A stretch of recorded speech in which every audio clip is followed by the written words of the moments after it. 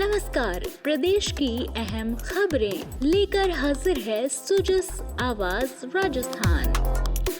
प्रदेश की हाइलाइट्स सालेहा और अरिंदम से। हमारी सोच राजस्थान के चहुमुखी विकास की है, ये कहना है मुख्यमंत्री अशोक गहलोत का।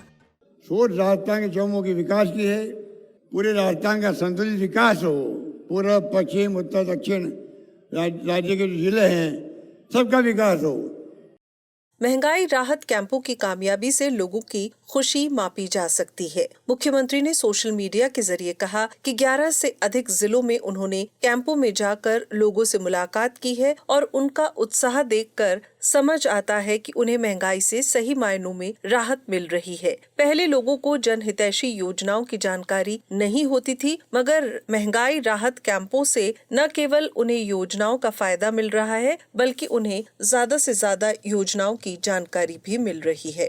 धौलपुर जिले के राजाखेड़ा उपखंड के मरैना गांव में आज मुख्यमंत्री ने महंगाई राहत शिविर का निरीक्षण किया। इसके साथ ही उन्होंने जिले की विभिन्न विकास योजनाओं का लोकार्पण भी किया। इस दौरान मुख्यमंत्री ने कहा कि आज प्रदेश में ज्यादातर काम IT बेस्ड हो रहा है। हमें 2030 तक राजस्थान को अव्वल बनाना है।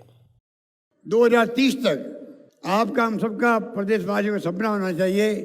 अगर हम सब मेहनत करेंगे, अपनी अपनी ड्यूटी निभाएंगे, अपना कर्तव्य पूरा करेंगे जहाँ भी हम लोग हैं, तो राजस्थान 2030 के अंदर देश का सिरमौर राज्य बन सकता, नंबर 1 राज्य बन सकता है। आज क्रांति हो गई, IT क्रांति। गवर्नेंस हमारी चल रही है, वो चल रही है IT बेस्ड चल रही है। बटन दबाओ DBT हो जाती है, बटन दबाओ फाइलें निकल जाती है, फिजिकल फाइल की जरूरत नहीं होती है। सारा काम IT बेस्ड शुरू हो रहा। 80,000 मीटर लगे हुए हैं, 600 तरह की सेवाएं दी जा रही है वहां पर। एक क्रांति है आधुनिक युग की।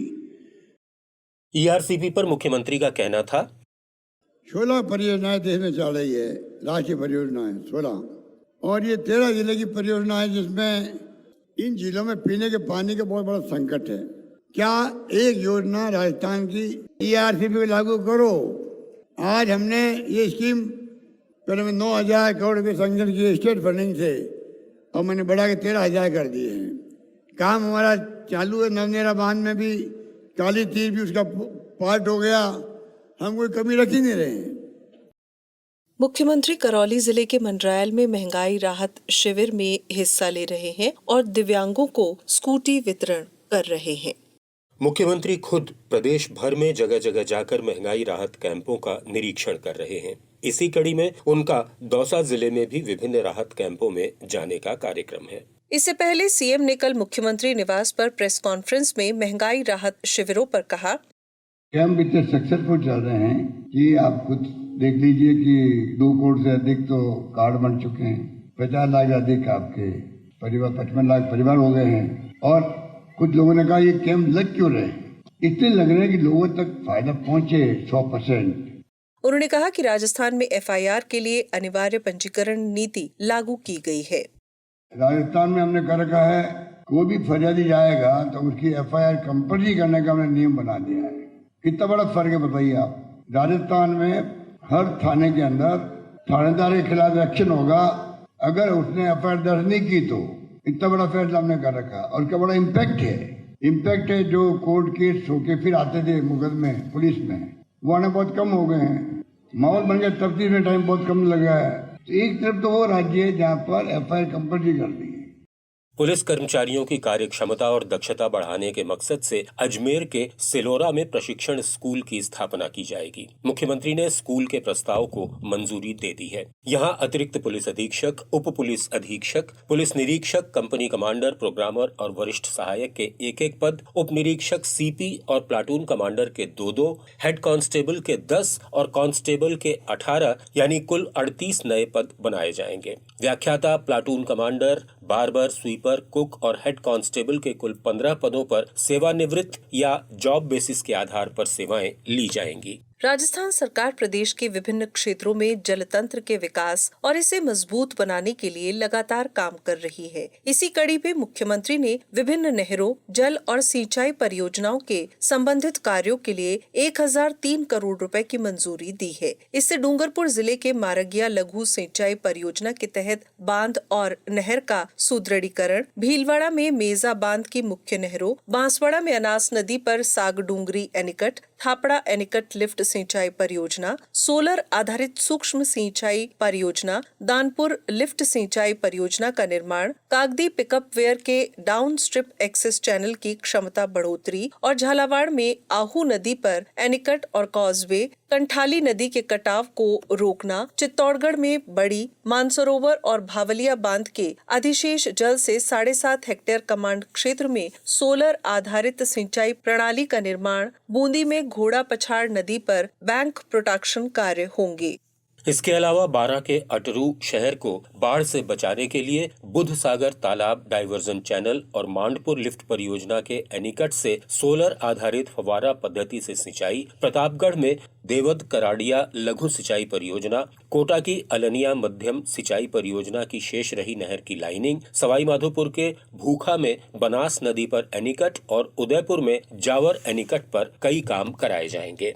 बीकानेर के श्रीकोलायत स्थित कपिल सरोवर और बूंदी के हिंडौली स्थित रामसागर झील का स्वरूप निखरेगा। राजस्थान सरकार दोनों स्थानों का कायाकल्प करवाएगी। इससे यहां धार्मिक पर्यटन को भी बढ़ावा मिलेगा। मुख्यमंत्री ने इसके लिए 35 करोड़ रुपए के अतिरिक्त बजट को मंजूर किया है। कपिल सरोवर के जीर्णोद्धार और सौंदर्यीकरण के साथ इंदिरा गांधी नहर परियोजना से जल उपलब्ध करवाया जाएगा। इस पर 20 करोड़ रुपए खर्च होंगे। बूंदी की रामसागर झील का सौंदर्यीकरण होगा। यहाँ साइकिल ट्रैक और पार्क भी बनेगा। इस पर 15 करोड़ रुपए की लागत आएगी। अब सुनिए जिलों का राउंड अप।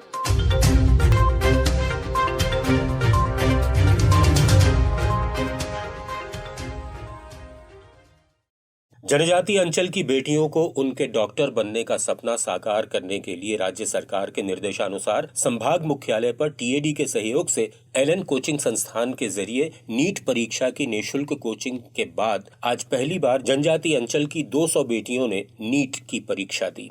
इनको जनजातीय क्षेत्रीय विकास मंत्री अर्जुन सिंह बामनिया और जनजातीय क्षेत्रीय विकास विभाग के आयुक्त राजेंद्र भट्ट ने शुभकामनाएं देकर सफलता की कामना की है। राजस्थान कोऑपरेटिव डेयरी फेडरेशन की प्रशासक और प्रबंध संचालक सुषमा अरोड़ा ने कल एक सेमिनार में राज्य भर से आए डेयरी विशेषज्ञों को संबोधित करते हुए कहा कि स्वास्थ्य की सुरक्षा उपभोक्ताओं का हक है और उन्हें मिलना ही चाहिए। सेमिनार का आयोजन इंडियन डेयरी एसोसिएशन के राजस्थान चैप्टर ने federation of industrial health and safety के सहयोग से किया था। राष्ट्रीय सहकार मसाला मेला के माध्यम से जयपुर वासियों को गुणवत्ता वाले मसाले उपलब्ध हो पाते हैं। मेले के जरिए हजारों लोग अपनी जरूरत के अनुसार वर्ष भर के मसाले खरीदते हैं। 7 मई तक आयोजित हुए जवाहर कला केंद्र में राष्ट्रीय सहकार मसाला मेला और शिल्पग्राम परिसर में ऑर्गेनिक फूड फेस्टिवल भी हुआ। इस फेस्टिवल में कई प्रकार के करीब 180 जैविक उत्पाद उपलब्ध कराए गए हैं और आने वाले समय में इसे और बड़ा रूप दिया जाएगा। इस मेले के माध्यम से अब तक 2 करोड़ रुपए से अधिक मसालों की बिक्री हो चुकी है। विश्व एथलेटिक्स दिवस पर आज भरतपुर के लोहागढ़ स्टेडियम में विभिन्न खेलकूद प्रतियोगिताएं हुई। इस दौरान धावकों ने अपनी खेल प्रतिभा दिखाई। साथ ही कबड्डी, फुटबॉल, कुश्ती और अन्य मुकाबले भी हुए। उधर चूरू में आज राज्य स्तरीय एथलेटिक्स 2 दिवसीय प्रतियोगिता संपन्न हुई। इसमें राज्य भर से 866 से अधिक महिला पुरुष खिलाड़ियों ने हिस्सा लिया। प्रतियोगिता राजस्थान स्पोर्ट्स काउंसिल की ओर से आयोजित की गयी। झालावाड़ जिले में खरीफ खराबे का मुआवजा देने की प्रक्रिया शुरू कर दी गई है। इसके लिए डेटाबेस अपडेट किया जा रहा है। तहसीलदार की सिफारिश पर बीमित व्यक्तियों के खाते में मुआवजा राशि डालने पर काम चल रहा है। अनुमान है कि 2 हफ्ते में प्रक्रिया पूरी कर ली जाएगी।